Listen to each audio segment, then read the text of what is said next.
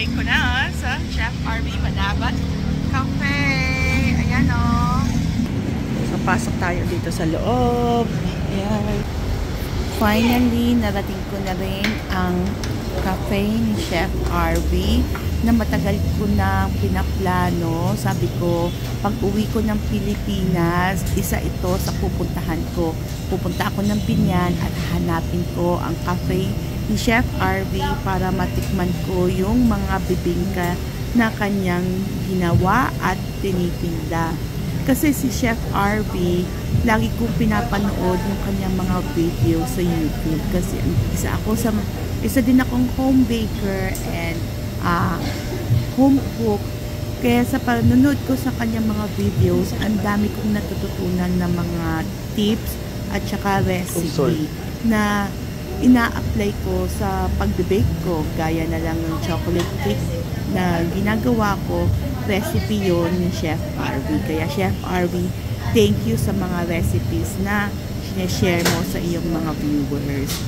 So ito na nga, nag-try ako bumili. Ito sana gusto kong i-try bilhin itong kanyang bagoong. Pero dahil maraming at matagal ang biyahe namin, baka mabasag sa bagahe at saka baka hindi i-allow sa mga countries na pupuntahan namin. Kaya hindi na lang ako nakabili niyan.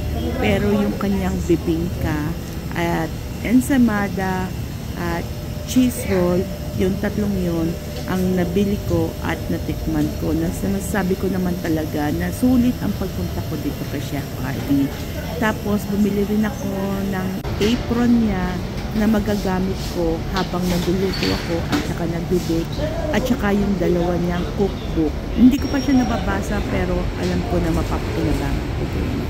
So ito na, nandito na ako sa pick-up window ng mga aking items na bibili. Sayang wala si Chef RV. It's okay, iwan ako sa yung ating.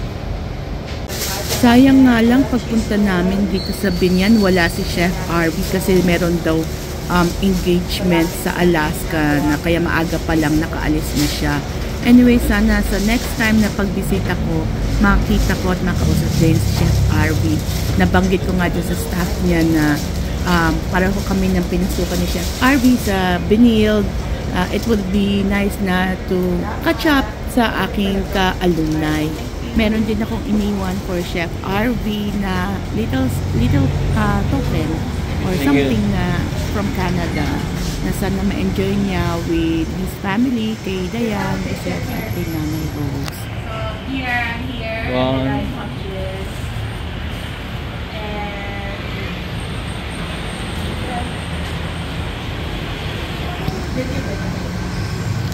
Hi guys! Flex ko lang yung binili namin kahapon kay Chef RV Cafe. So ito, bumili kami ng 6 pieces ng bibingka niya, famous bibingka.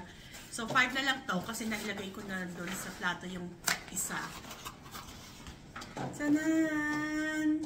Actually guys, kahapon ko pa ito nabili, kaya lang sa sobrang hectic ng schedule yesterday, hindi na namin siya nakain. So ngayon pa lang namin siya kakain.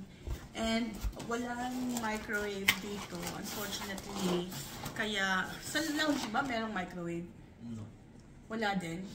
So medyo malamig yung bibingka na kakainin namin.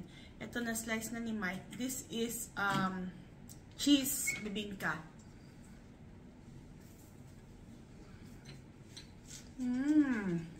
Malambot. In fairness, Chef RV, kahit ano, malamig na yung bibingka, malambot pa rin, oh. Oops. Lasang-lasa yung keso. This is good with coffee. So Mike is making coffee. And aside from that,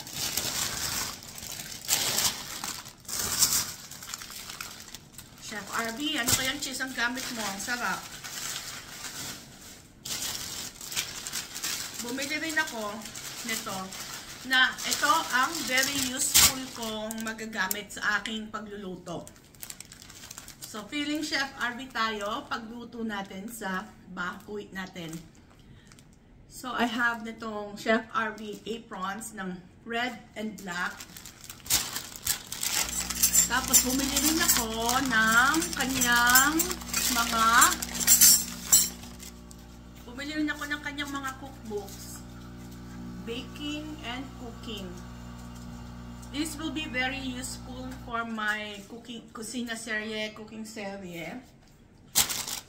And as you all know guys, I make also ensaymada and cheese rolls.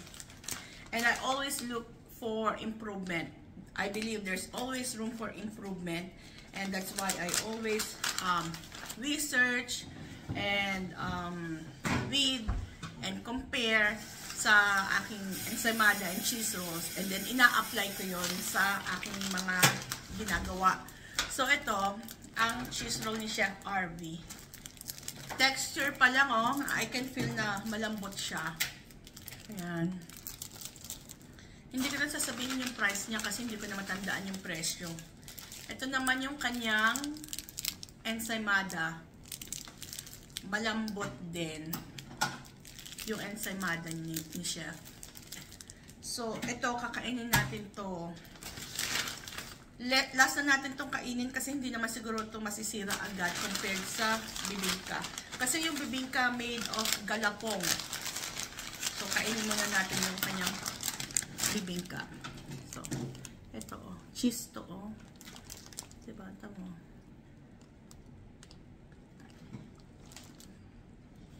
Sarap. Chef, walang halong biro. Walang halong bola. Masarap talaga ang bibingka.